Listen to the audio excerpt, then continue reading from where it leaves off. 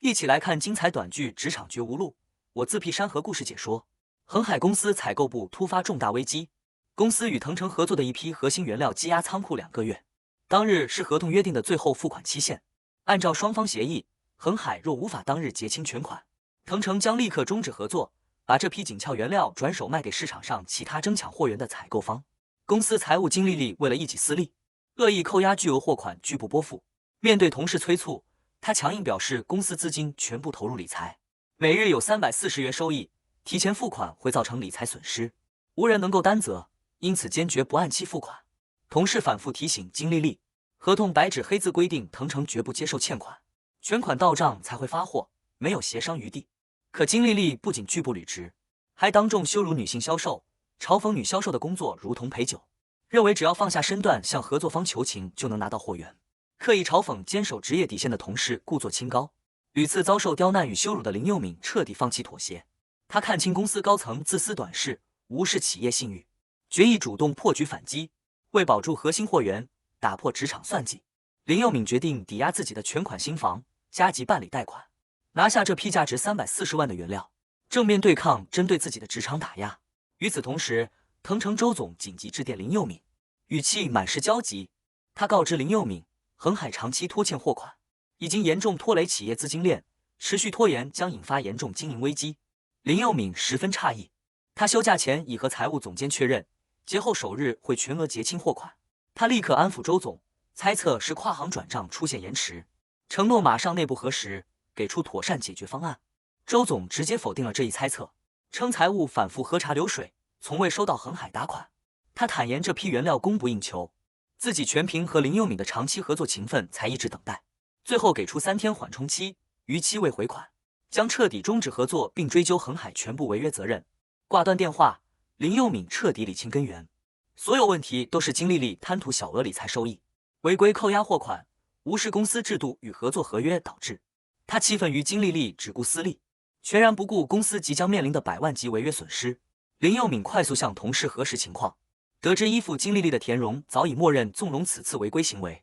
同事林姐无奈告知，自己多次催款都被金丽丽当众呵斥刁难，金丽丽此刻仍在财务室，坚决不肯付款。林佑敏立刻赶回公司处理危机，刚回工位就遭到同事阴阳怪气的调侃，他无暇周旋，直接对接项目负责人和经理，通报紧急危机。林佑敏说明，这批原料的下游买家已支付定金，购销合同生效，若原料无法进厂加工，恒海将赔付巨额违约金。他主动揽责，承诺全权解决货款问题。随后林佑敏直奔财务室质问金丽丽，为何迟迟不拨付约定货款。金丽丽见他归来，态度戏谑轻视，刻意质疑他突然返岗的目的。林佑敏强忍怒火，严肃告知对方腾程已正式追责，货款逾期问题已经刻不容缓。林佑敏重申节后首日付款是既定流程，逾期多日属于严重违规。理亏的金丽丽刻意转移矛盾，当众呵斥身边实习员工未整理好报表，还用转正资格威胁实习生，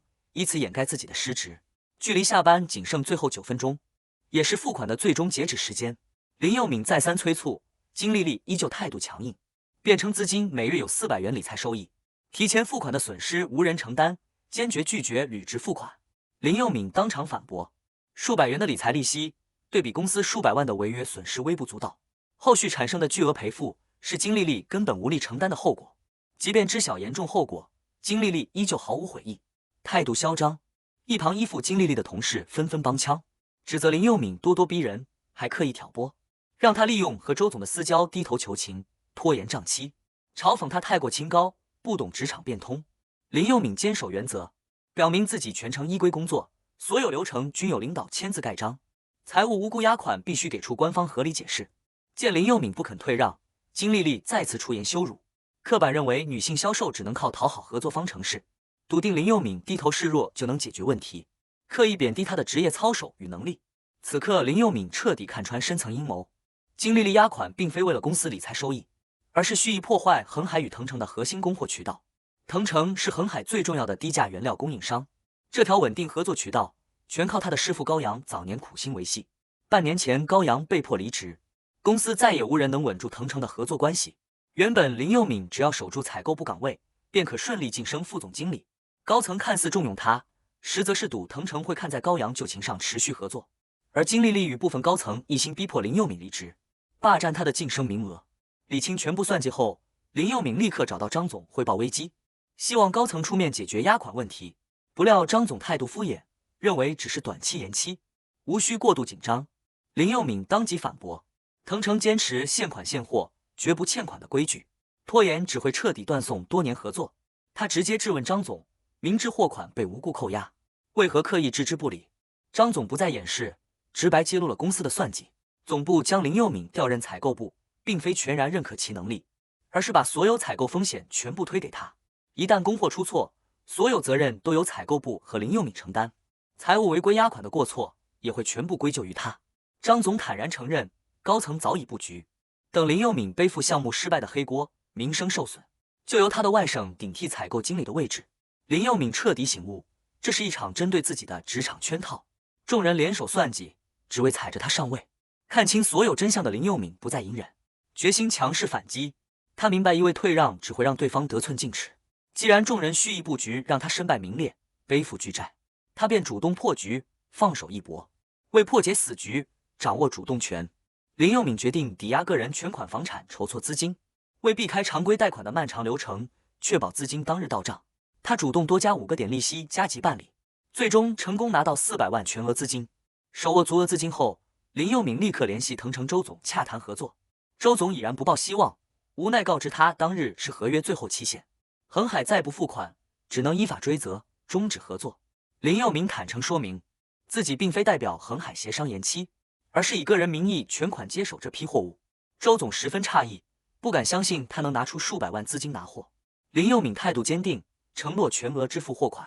额外给出5个点返点，只求周总将这批原料卖给自己。与此同时，恒海公司内的金丽丽毫无危机意识，悠闲欣赏自己的进口美甲，接受同事吹捧。他见林佑敏迟迟没有动静，暗自嘲讽对方故作镇定，笃定林佑敏无力解决危机，迟早会低头求助自己。不久后，林佑敏返回公司，面对金丽丽的假意调侃与众人的围观戏谑，他平静告知所有人，问题已经全部解决。众人满心疑惑，无人相信他能逆转局面。就在此时，张总收到腾程的正式解约邮件，瞬间脸色铁青。他当众厉声质问林佑敏，污蔑他故意搞砸项目，断送公司合作渠道，声称其造成数百万直接损失，扬言立刻上报总部追责。面对张总的当众发难，林佑敏从容淡定，直言解约缘由邮件中写得清晰明白，责任完全不在自己。随后他放出全套证据，将合同细则、付款申请、各级领导签字截图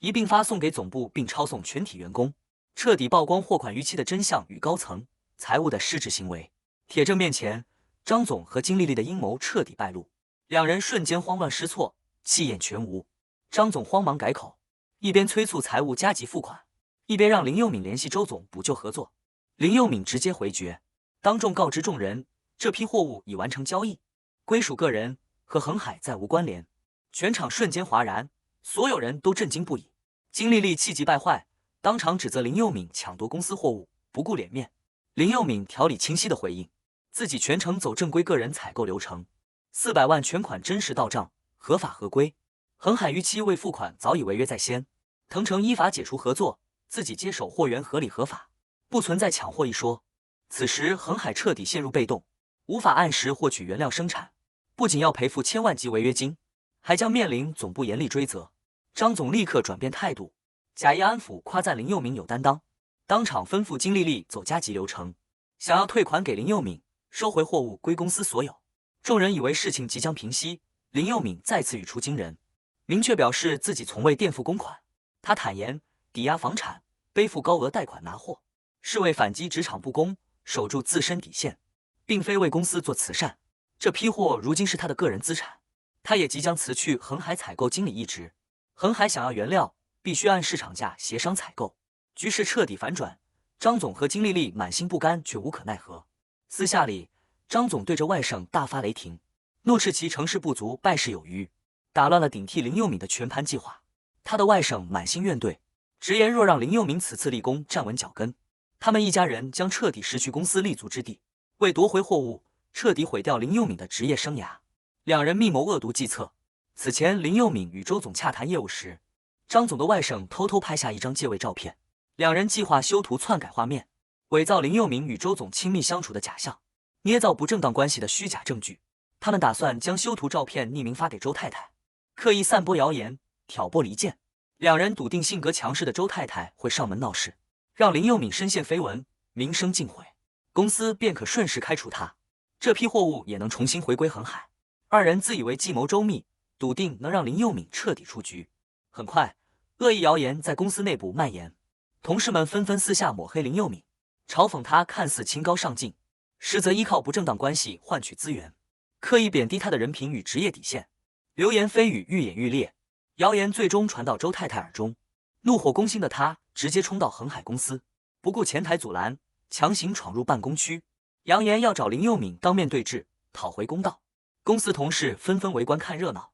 笃定林佑敏此次必将身败名裂。周太太径直冲进林佑敏的办公室，当众质问其身份。林佑敏从容起身回应，周太太不由分说，当众指责她不知廉耻，勾引自己的丈夫。情绪激动之下，抬手就要动手打人。林佑敏及时制止对方的过激行为，冷静劝说周太太保持理智，凡事讲证据。周太太随即拿出修图照片，怒斥林佑敏破坏自己的家庭。面对看似确凿的假证据，林佑敏依旧镇定，一眼识破拙劣的修图破绽，提醒周太太观察细节。照片中自己的手部多出一根手指，是明显的合成造假痕迹。林佑敏顺势点破幕后阴谋，告知周太太，造谣者并非帮他维权，而是利用他的愤怒当作棋子，借机毁掉自己的事业，达成职场斗争的目的。周太太瞬间恍然大悟，得知自己被人利用，当即震怒，是要揪出幕后黑手追责。林佑明主动提出协助调查，让周太太提供匿名短信的发送号码。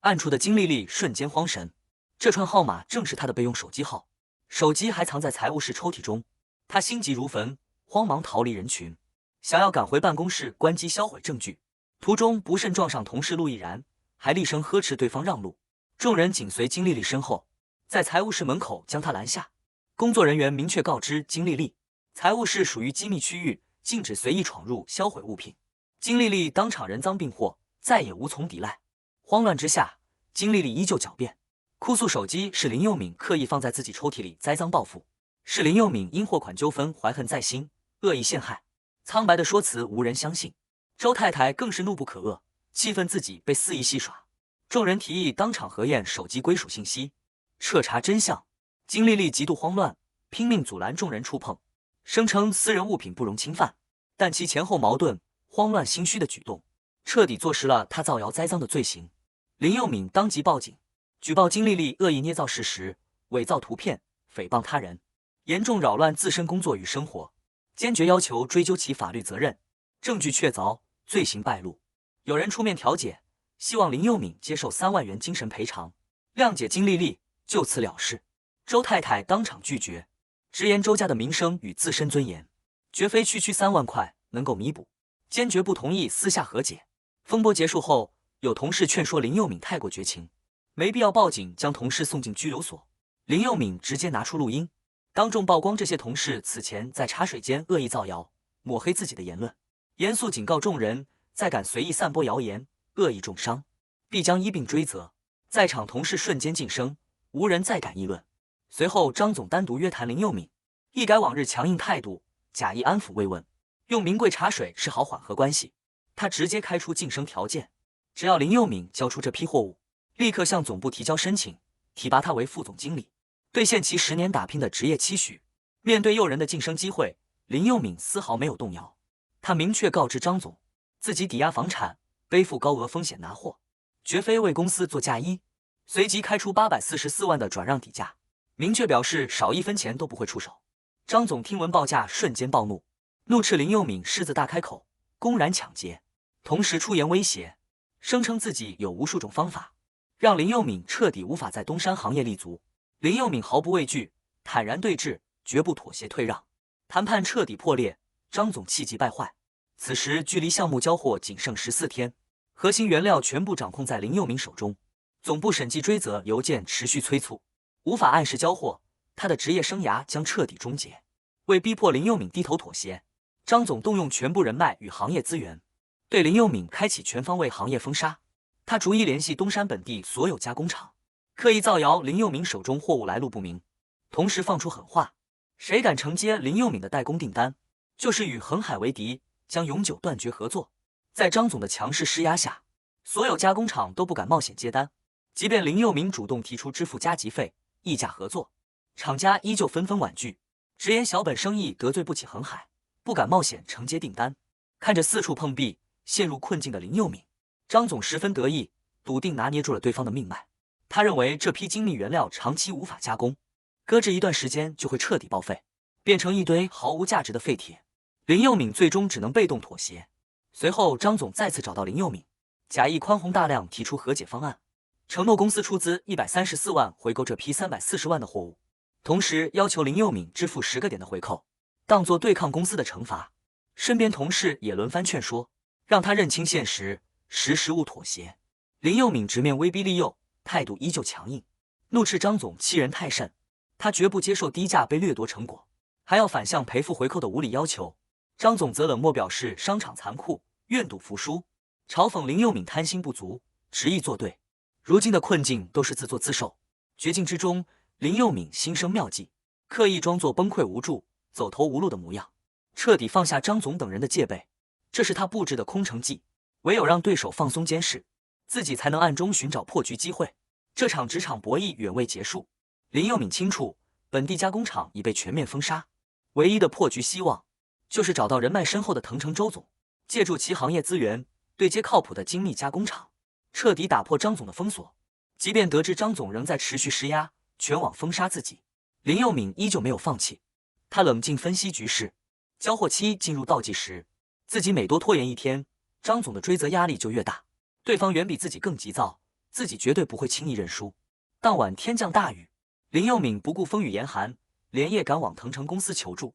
可他抵达后却被告知，周总半小时前已出国，至少2周后才能回国。这个消息彻底击碎了林佑敏的希望。2周时间远远不够交货周期，逾期后巨额贷款利息、违约金叠加，他必将彻底破产。淋雨伫立在雨中的林佑敏满心绝望，一度以为自己彻底落败，输给了手段卑劣的张崇豪。就在林佑敏深陷绝境之时，周太太突然现身。她看着浑身湿透、手脚冰凉的林佑敏，满心心疼，立刻将他带上车，递上热水取暖，耐心询问他深夜狼狈前来的缘由。林佑敏全盘托出所有遭遇，哭诉张崇豪滥用职权，实施行业霸凌，封杀所有代工渠道，让自己高价拿下的原料无法加工，背负巨额贷款，走投无路。唯一的求助希望周总又临时出国，彻底断了自己的生路。周太太听完震怒不已，痛斥张崇豪手段卑劣，心胸狭隘，只会背地里耍阴招，欺负后辈。他当即安抚林佑敏，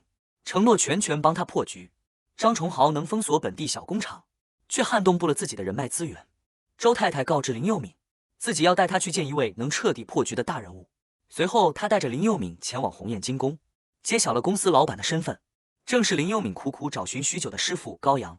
林佑敏无比震惊，他一直四处打探师傅的下落，却不知高阳从未离开东海市，还创办了规模远超恒海分公司的鸿雁精工。周太太解释，自己与高阳是远房亲戚，此前的误会是自己一时冲动。事后，周总告知他林佑敏是高阳的徒弟，他才知晓全部渊源。周太太还道出当年真相，高阳当初仓促从恒海离职，并非能力不足，而是为人刚正，坚守职业底线，不肯配合张崇豪做假账、收回扣，被对方恶意挤兑，处处打压，无奈之下才选择离职创业。如今的鸿雁精工实力雄厚，完全不惧恒海的施压，是唯一能帮林佑敏破局的企业。次日清晨，林佑敏专程前往北外工业园登门拜见师傅高阳，诚恳求助，师徒久别重逢。高阳看着独自硬扛所有职场风雨、受尽委屈的徒弟，满心疼惜。林佑敏向师傅详细讲述了自己被算计、抵押房产拿货、遭遇行业封杀的全部经过，